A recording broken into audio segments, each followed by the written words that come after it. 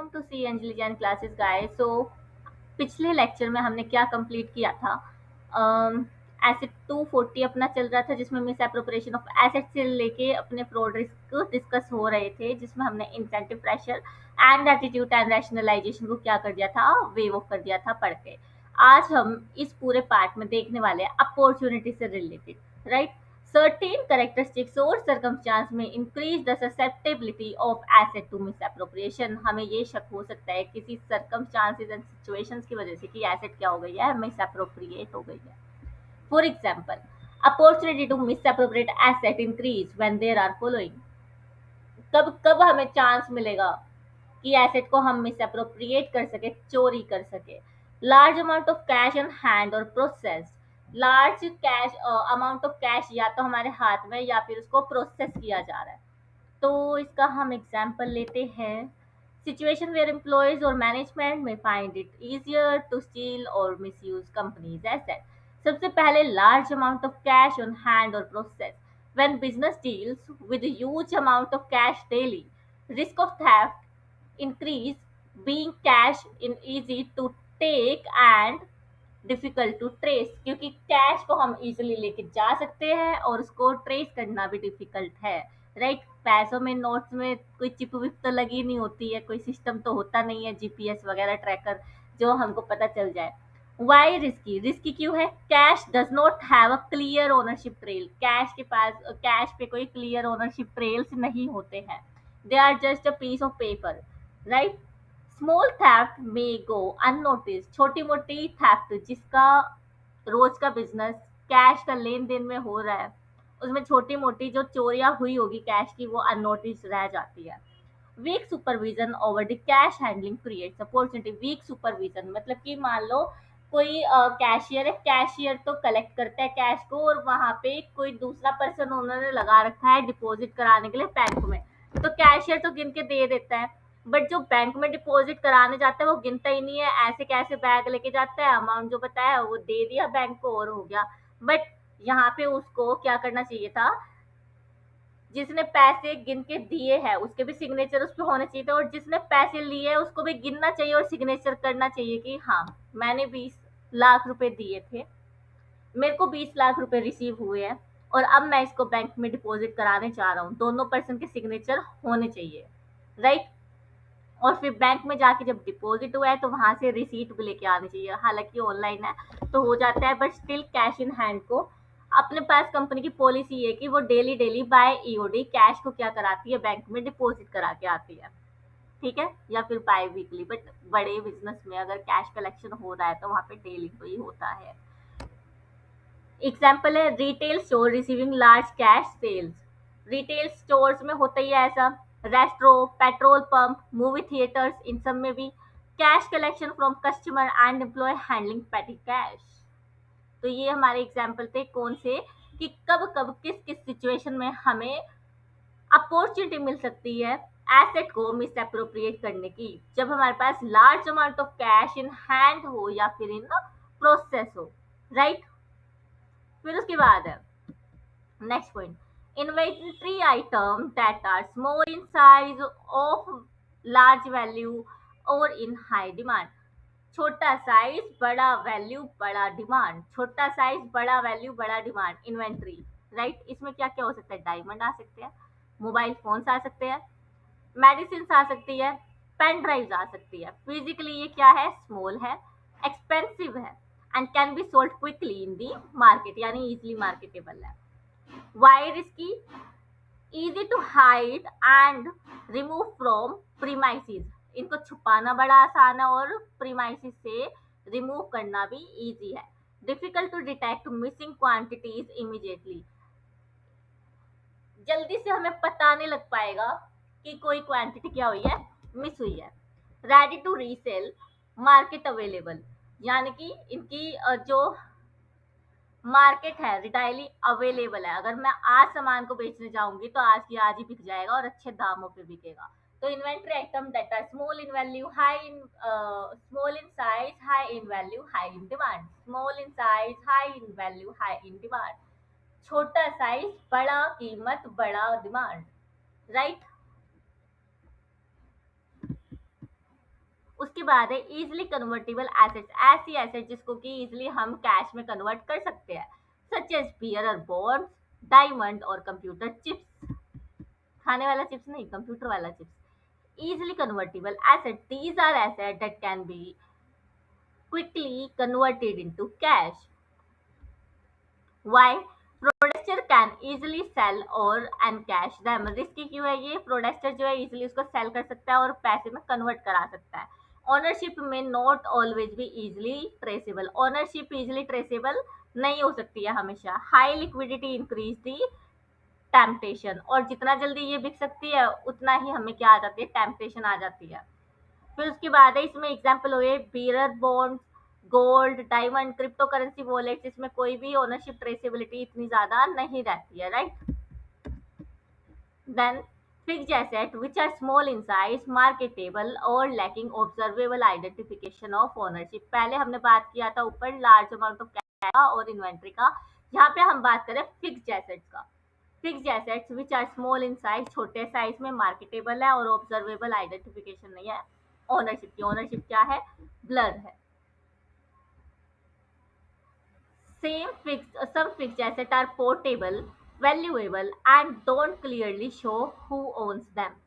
Why risky? Easy to remove from the office or factory, difficult to prove ownership if stolen, can be sold in second hand market जैसे कि laptop, cameras, tablet, portable projectors, right. तो ये अपना कुछ situation या circumstances थे which indicates that asset can be misappropriated easily without being the fear of being caught.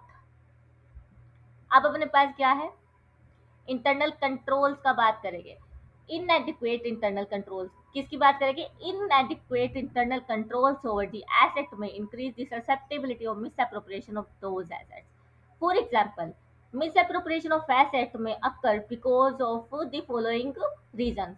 पहले inadequate segregation of duty और इंडिपेंडेंट चेक्स।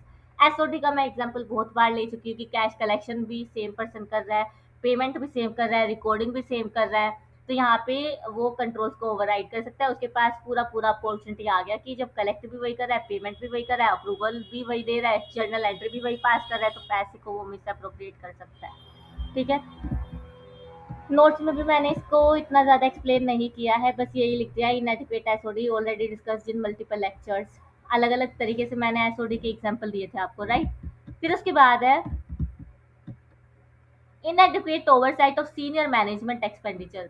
सीनियर मैनेजमेंट जितनी है, जैसे सीएफओ है, सीईओ है, उनका जो मैनेजमेंट का एक्सपेंडिचर है वो अच्छे से ओवरसाइट नहीं किया जाता है, लुक आफ्टर नहीं किया जाता है, such as travel and other reimbursement. Like travel का हो गया, होटल बिल्स हो गए, रिम्बर्समेंट हो गए, एंटरटेनमेंट एक्सपेंस हो गए। Why risky? Because senior employ में misuse the companies fund, senior employ company के फंड को मिस यूज कर सकते हैं। ये अपना हो गया। देन उसके बाद inadequate management oversight of employees responsible for asset, for example inadequate supervision or monitoring और remote location। ऊपर बात किया था टीसीडब्ल्यू मैनेजमेंट के एक्सपेंडिचर का ओवरसाइट, नीचे हम बात करें एम्प्लॉय का oversight, right. inadequate management oversight of the employee responsible for asset, for example inadequate supervision or monitoring of the remote locations। जैसे a weak warehouse employee at a distant may remove inventory regularly if no monitoring exists। Distant remote area पे जो location होगी जहाँ पे frequently visit नहीं हो पाता है, वहाँ पे इन्वेंट्री को easily remove किया जा सकता है। Then we have inadequate job applicant screening of the employees with access to assets, यानी कि आपने बैकग्राउंड वेरिफिकेशन अच्छे से नहीं किया है। Inadequate background verification of the employee। Employee with access to valuable assets should be screened before hiring। पता चले वो डाका मार के आए पिछली बार भी। Why risky? People with dishonest intention may misuse assets।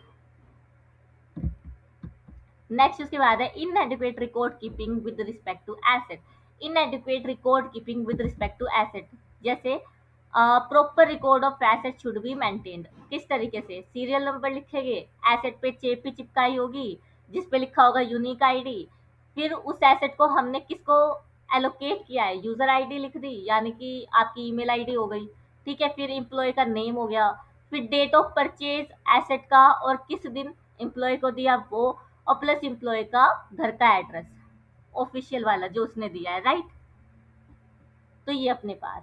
Then we have sixth point, inadequate system of authorization and approval of transaction, for example in purchasing, weak authorization and approval system, transaction should occur only after the approval, transaction तभी occur होगी जब approval मिलेगी, but unauthorized purchase भी हो सकती है, इससे payment भी हो सकती है, तो इसलिए हमें अप्रूवल तो लेना ही पड़ेगा। inadequate physical safeguard over the asset, inadequate physical safeguard यानी कि जो अपनी एसेट है उसको हमें ताला लगाना चाहिए, जैसे लोकर हो गया, सीसीटीवी कैमराज हो गए, इन्वेंटर वेयर हाउस के बारे में हमने देखा था, सिक्योरिटी गार्ड्स हो गए, रिस्ट्रिक्टेड एक्सेस टू रूम यानी कि मान लो आपके कंपनी में आईटी लैब है तो वहां पे आपको रिस्ट्रिक्शन है, आप आम एम्प्लॉय वहां तक नहीं जा सकते जब तक आईटी वाला इंसान अपने कार्ड को पंच नहीं करेगा, तो जब तक वो अलाउ नहीं करेगा we can't go inside the IT lab. Inadequate physical safeguard बता दिया, lack of complete and timely reconciliation मैंने बताया है क्या?